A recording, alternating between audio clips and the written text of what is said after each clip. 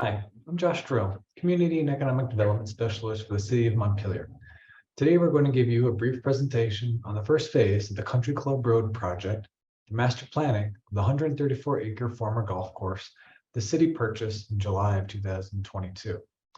After an RFP process, the City Council of Montpelier selected the consultant team of White & Burke Real Estate Advisors, VHB, and Black River Design.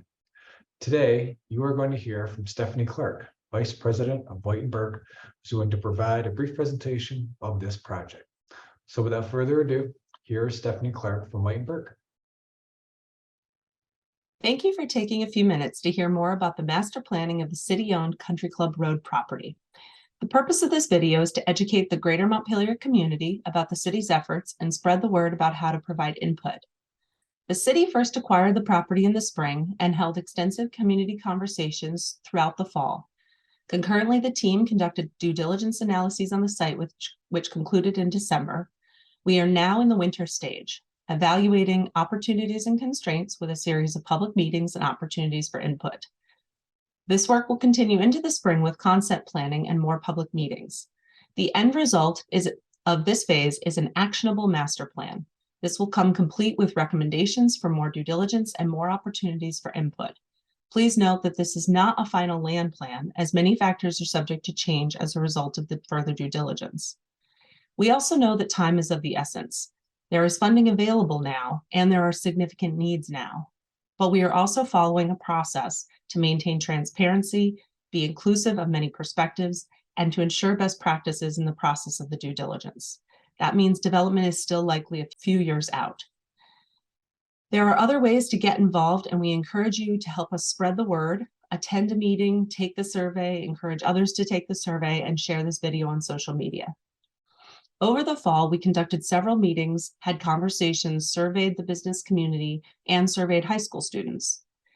The result was that housing, recreation, and environmental sensitivity were the top 3 priorities identified.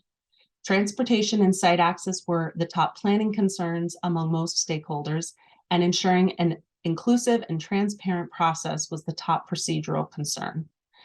The following slides include plans that are also on the website, which you can explore in greater detail following this video. We will go through them fairly quickly. VHB environmental scientists evaluated natural resources, including wetlands, streams, and rare plant species. The streams, wetlands, and their buffers are shown here on the natural resources map, as well as the primary agricultural soils that underlie much of the project area. Additionally, VHB conducted a traffic assessment, Crown Consulting Archaeologists did the archaeological assessment, and the existing clubhouse building assessment was done by Black River Design. All of these studies can be found in the full City Council package on the Country Club Road webpage on the city's website. There is a cover memo within that package that also summarizes these studies as well.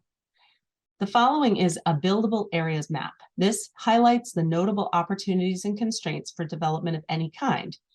This is overlaid on the natural resources plan, which brings us to the question we have for the community at this stage. Knowing the site's features and limitations and knowing the community's identified needs, how would you lay out the site? At this stage of the process, we are starting by looking at the housing and recreation uses. These are the most land intensive. We are showing 2 extremes and 1 on the spectrum in between.